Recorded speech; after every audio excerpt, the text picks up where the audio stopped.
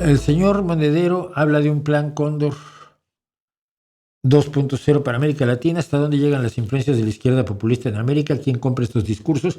Llega muy profundamente la izquierda populista porque es una izquierda derivada de la izquierda marxista y por lo tanto sigue manteniendo el control de las universidades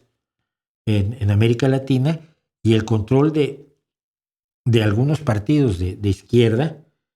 y de la visión general de una izquierda marxista que para mí está un tanto ya superada, pero no lo está allí. Precisamente por eso, el cómplice fundamental de Juan Carlos Monedero, Pablo Iglesias, acaba de abrir una sucursal de su empresa La Base en América Latina, al parecer con base en México, donde tiene analizando América Latina a Ina Finogénova, a una argentina y creo que a una mexicana.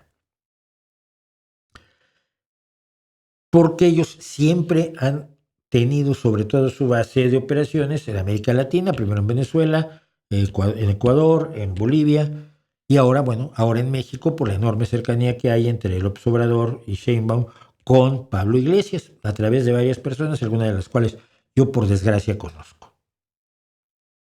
Su influencia puede ser muchísima, desafortunadamente. Yo espero que cada vez que me preguntan, yo espero que surja un partido transversal socialdemócrata en América Latina, como el Frente Amplio en Uruguay,